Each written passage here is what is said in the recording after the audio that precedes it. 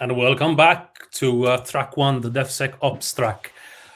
How did you do in the quiz? Was it difficult? Was it easy? Did everything go crazy? Did your phones go up in flames? Not to worry. This is the right conference for that to happen because we have Mohan up next, and he's going to talk about securing access to Kubernetes. I think really interesting topic. Hi, Mohan. Hi How's it going? there. Hi. Yeah, Mohan, all yours. Looking forward to the talk. Thank you very much. Um, so, hey, great to meet everyone. Great to see everyone. This is a particular topic that we see many people in the industry struggle with. So we kind of thought it'd be good to kind of get the word out and help people kind of baseline on this modern way of and enabling secure access to Kubernetes clusters with zero trust principles is a very interesting area for customers. So a little bit about me. I lead products and solutions at a company called Rafi Systems, and we've been working on Kubernetes for a little over 4 years now. If you find this talk track interesting today and you would like to get in touch with me, you can do so either on Twitter or LinkedIn or shoot me an email. I love to chat with people about their questions and issues with Kubernetes. So in this session, we're going to look at three simple things. And since there can be many people with different levels of understanding in this area, so we kind of thought we'll just baseline on the basics first, and then kind of talk about the zero trust access principles for Kubernetes. We're going to first start with what are the typical and common approaches that we see people use to enable remote user access to private Kubernetes clusters. Then we'll talk about what are the issues with these approaches. And once we finish that, we'll kind of talk about what are the role-based access control, how does that work with Kubernetes, and how does that tie in with the common approaches, and how these two together kind of make things work. And then once we have that baseline, we'll kind of talk about how does zero trust even matter in this particular paradigm? How does it even connect in? What do you get? Why you should care about zero trust access models? And then finally, we'll kind of see a demo of this entire thing in action so you can kind of connect the dots. And we're going to do all these things in like 15, 20 minutes. It's going to be fast. It's going to be high level. So just bear with me as we go through this. Okay, let's start with the common approaches. So we see many customers that are starting out, they start off with a simple bastion-based model. If you just have one Kubernetes cluster, maybe in one Amazon region or in a single VPC or something like that, the common model we see people start off with, hey, I'm going to put up a bastion. It's an SSH bastion. And then users would have the SSH into the bastion, and then they can perform the kubectl operations. Sounds easy, right? Well, there's problems there. The problems there that eventually we see these organizations struggle with is they start asking the question, well, I'm going to go through all this effort to create a private cluster to only open it to the world with a VM with port 22 wide open in front of it. Doesn't seem like a good idea, right? In hindsight.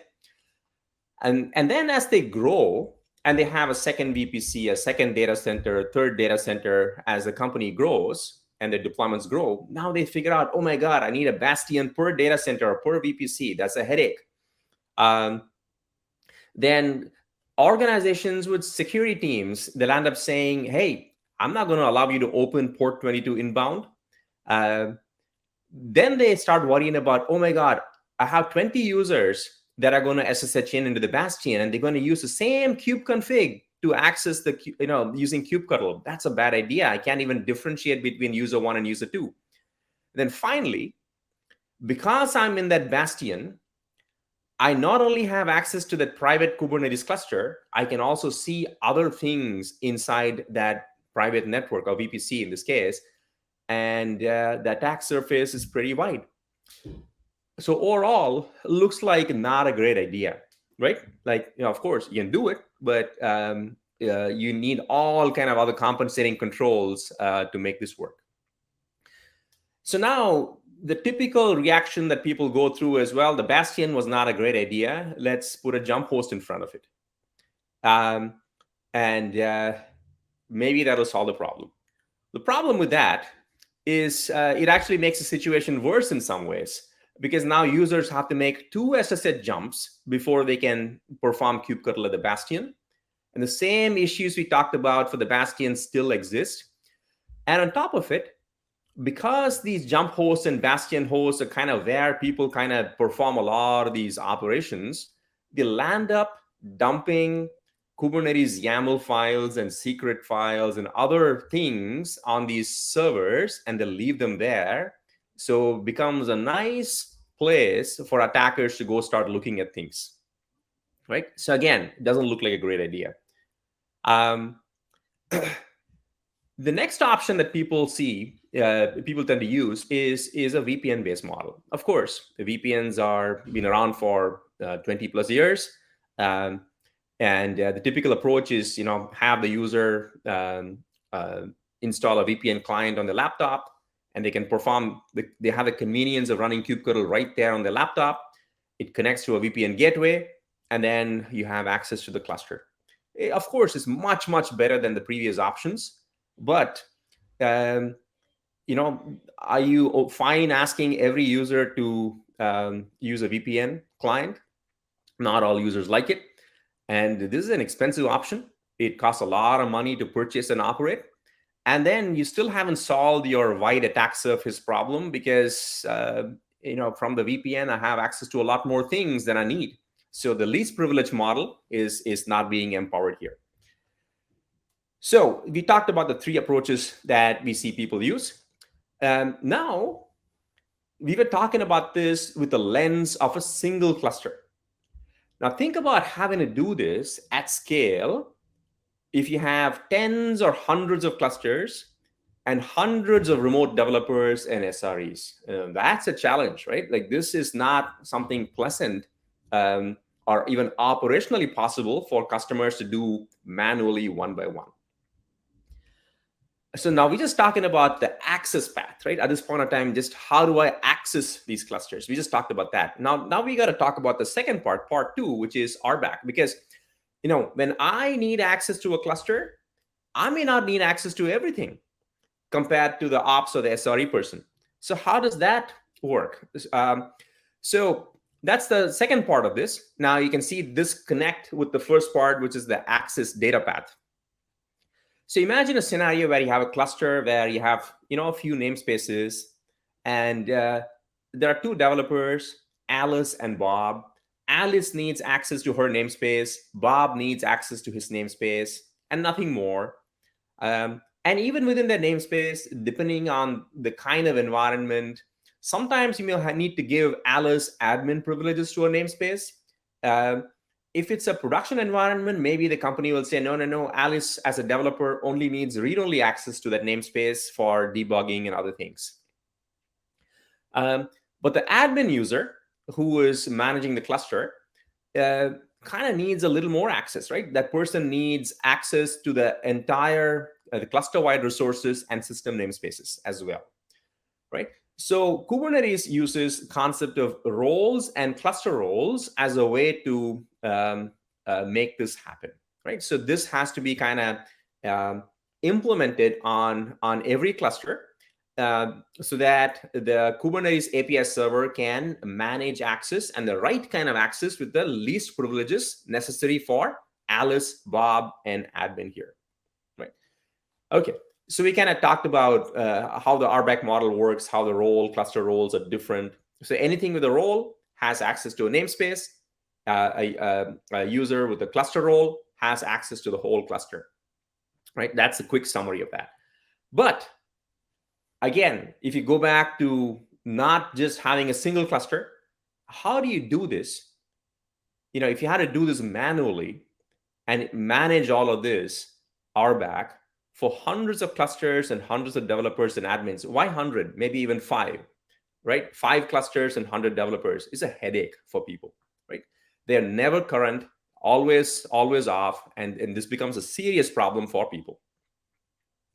So now we kind of move on to the final question. When you tie the first section that I talked about and the second section I talked about, is there a better way? Is the industry, the security industry, keeps talking about zero trust for everything else. Well, is there such a magical answer with zero trust access for Kubernetes clusters? What criteria should it attempt to solve? So let's summarize that. Number one, it needs to provide a centralized, secure access pathway to not just one cluster, but rather to the entire fleet of clusters. Whether you have 500, whether they're running in 2 regions, data center, behind firewall, should not matter. You need your users, whether they're developers or ops and SRE personnel, need a single door, a single pathway to be able to access all their clusters. And we talked about how hard it is to go set up this RBAC, right? A solution like this should automate that. So you should federate that and automate that automatically across 10 clusters, 100 clusters. It should be seamless, right? Optionally for customers, MFA, multi-factor authentication, is a fantastic way to prevent attacks from happening, right? So it should support that seamlessly. Now we talked about, in all the models above, we talked about how the user, when they come in through a bastion or a VPN or a jump host, etc., there's no way to limit access, right? They have access to much more than the Kubernetes cluster inside the VPC. Well, that's a bad idea.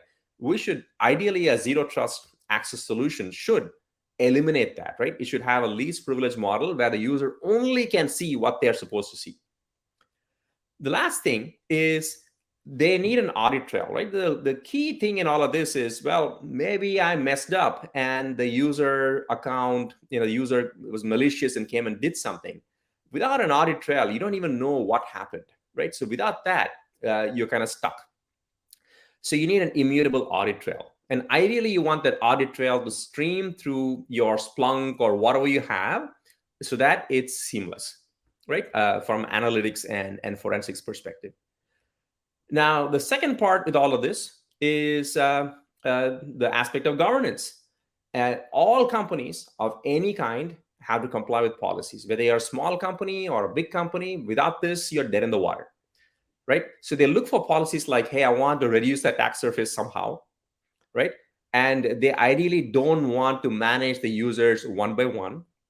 They want any system like this to attach it to their Active Directory or whatever they use. Maybe they use Okta, maybe they use Azure AD. It needs to connect to the source of truth for the users. So if an employee is offboarded from the company, they should no longer have access to any clusters instantly. Any service accounts created for users on remote clusters need to be ephemeral. Now we'll see this demo in action. This is really, really important because today I might be a developer in team 1. Tomorrow, I may move to another team. My access privileges need to move with me to the other team, right? So if maybe I need to stop having access to other clusters, so that should happen automatically. The way that can be achieved is through ephemeral service accounts and just-in-time service account creation. And this is very common for the legacy SSH access protocols. Now, you need to bring that to Kubernetes as well, right? So what this means is nobody has permanent access to anything. You're given a temporary access to the cluster and it's taken away and is refreshed every time you need access with your right privileges. This seems like a lot, right? It's a lot of stuff. How is that done? Let's kind of look at how our customers do it with our Zero Trust Access solution. So let's imagine me as a user. I go in and I want to access my cluster sitting on the right here, right? There's a Kubernetes operator running on it, and it dials out and connects to the Traffic controller where an API server proxy runs. This is where it's an internet-facing proxy.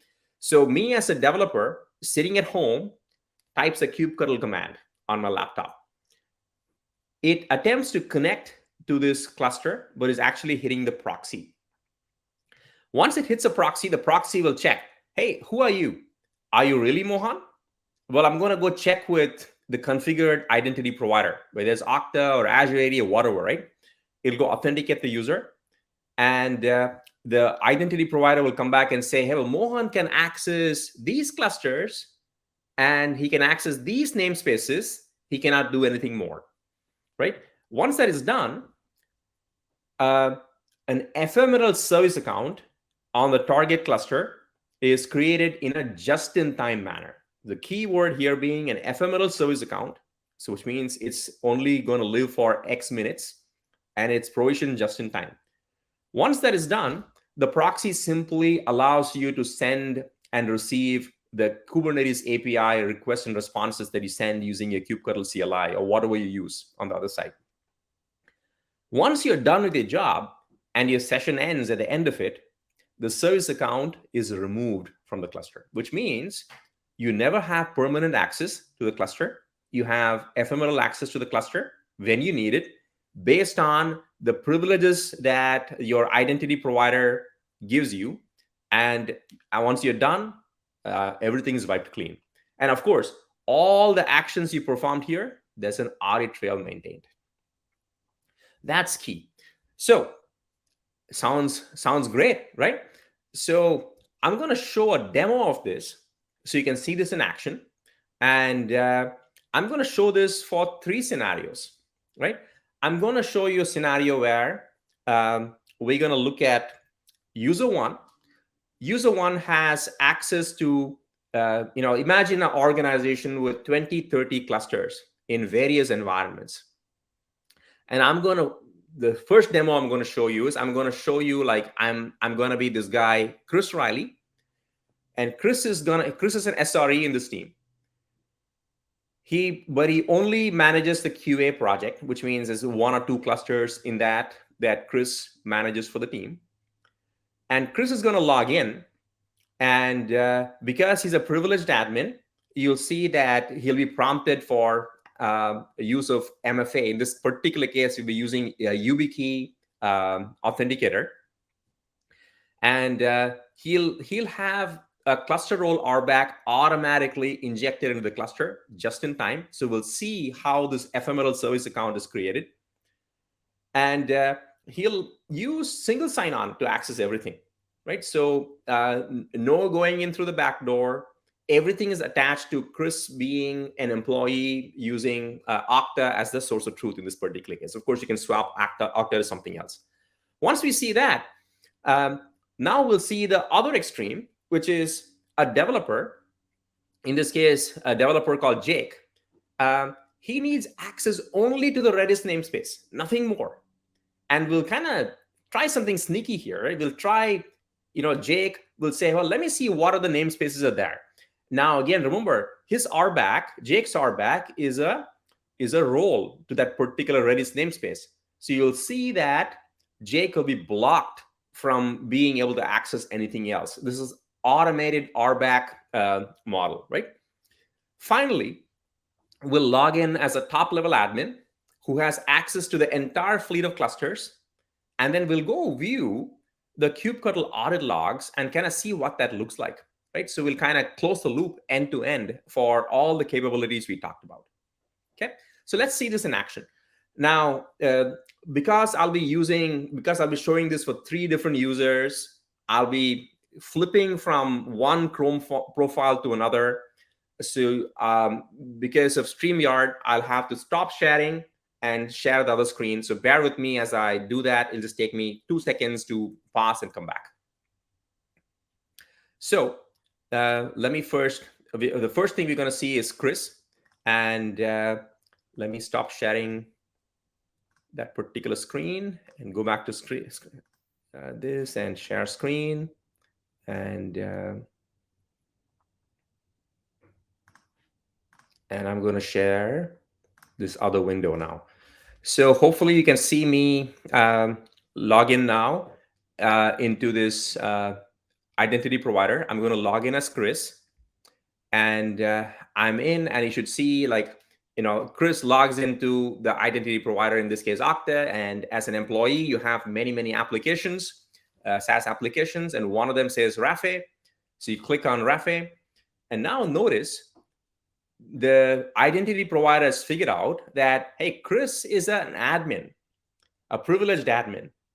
I'm going to ask Chris for strong multi-factor authentication. So you can see this on my laptop, but I have a YubiKey sitting here, and I'm going to touch the YubiKey, and it's going to use very strong authentication to log me in.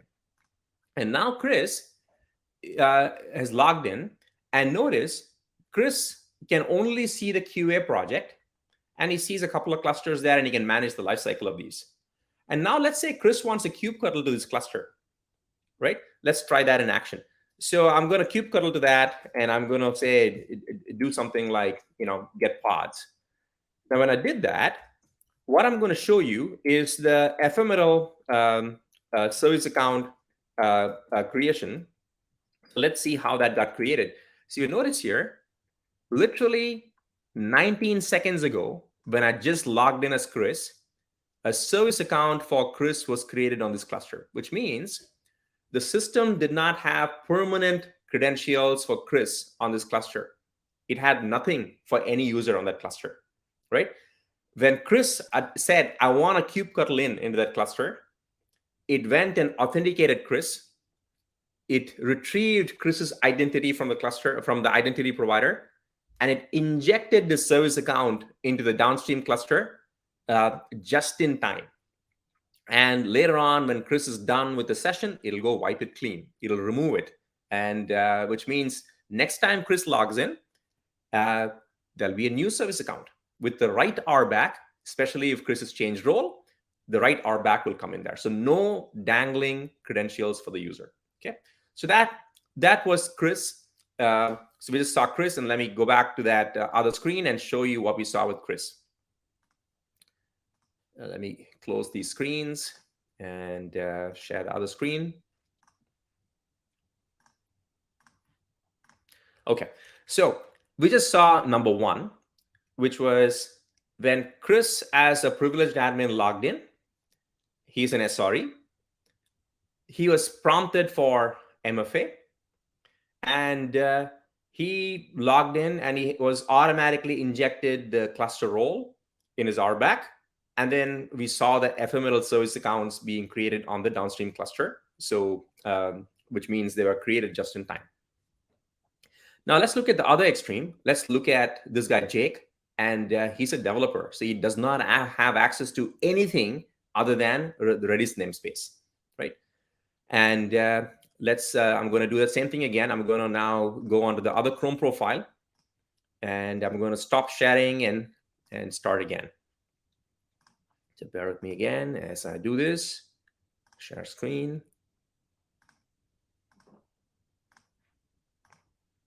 And flip to that. Okay. So same thing. Jake, another one of the 100 employees in this company, he's going to log into the identity provider. They're just like Chris. They have hundreds of apps. And he's going to click on the same chiclet called Rafe. He is going to log in. He has access to only applications, but notice he only has access to applications in the Redis namespace. And when he attempts to kubectl into that particular thing, and he sees that, okay, I have 3 or 4 pods running in this particular namespace, and Jake gets smart, and he says, you know what? On this remote cluster called QA cluster, because I can kubectl, I'm going to try something privileged. I'm going to see what are all the namespaces on it. But remember, he has an RBAC which locks him in only into the Redis namespace. So this should ideally not be allowed. So when he does that, if you notice, you get an error message from the downstream Kubernetes API server saying, hey, smart guy, you're not allowed to do this. Your role does not prevent you from jumping out of the namespace that you're given. So this is an example of least privilege that is given for a developer. So they're only brought in to see what they're supposed to see in that little room, the little namespace called Redis. They cannot see anything in the VPC. They cannot see anything else outside that cluster. They can only see what's inside that namespace that they're allowed to see. And that is done automatically by their identity in the company. So which team they belong to. And that identity drives this access completely automatically in a zero trust manner. Okay. Now, finally, now let's turn this off and let's go back to the last person and see that particular user. Now we're going to close the loop. We're going to close the loop. I'm going to log in as the top level person, Matt in this case. He's a top level admin. He's a super admin. He can see everything in this company. So let's log in as that person. This person also is going to come in through a single sign-on model. And then we are going to have this person kind of look at all the logs across their entire fleet of clusters, kubectl logs, not any logs. And we'll see all this being assimilated and aggregated across the entire fleet of clusters. So let's see that in action. Okay. So I'm going to, again, do the same thing. I'm Matt. I'm going to log in as Matt. So bear with me as I stop sharing and share again. Share screen, Chrome tab. Okay, almost there. Okay, so now I'm going to log in as Matt Ray. Same experience. All employees have to remember just one thing.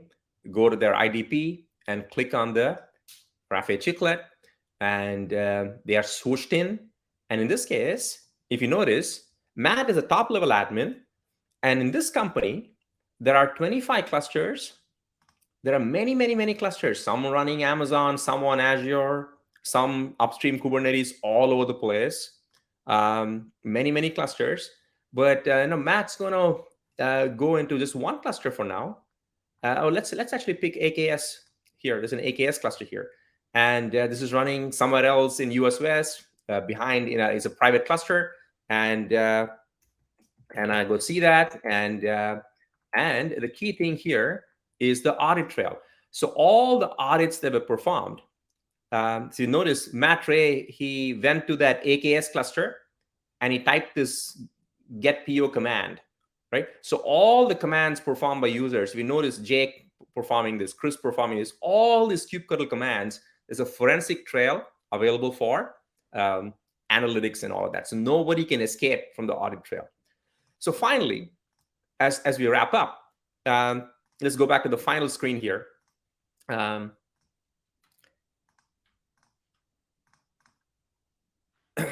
So we just saw that it's possible to achieve this level of seamless access for many users in a company, all driven by what's configured in their identity provider, right? Seamless access, least privilege access, being able to access clusters anywhere in the world without needing any bastions and VPNs and expensive solutions. So how can you, if you want to try this out or learn more about it, I would say if you could go to rafe.co and look at our Kubernetes operations platform. Is used by an insane number of companies. If you want to learn about Zero Trust kubectl, go to the link that I showed here. If you want to get started with this and you want to try this out, you can start for free. Go to rafe.co/start, and we hope we can help you with your and solve your access problems. Fantastic Zero Trust access solution using the Rafe Kubernetes operations platform. If you want to learn more about Zero Trust access paradigms, come to us. We'll help you understand it and see if it's a good fit for you. Well, thank you. Hello and welcome back. So we have a quick question from the audience, just real fast. If you can answer, can you do the same with non-human connection? Yes. Okay, that was a very efficient answer. So thank you so much, Mohan, and have a great day. I'm sure you're going to have a lot of trialers and people signing up to use that. And stay right here because Charity Majors will be in just a couple minutes. Thank you.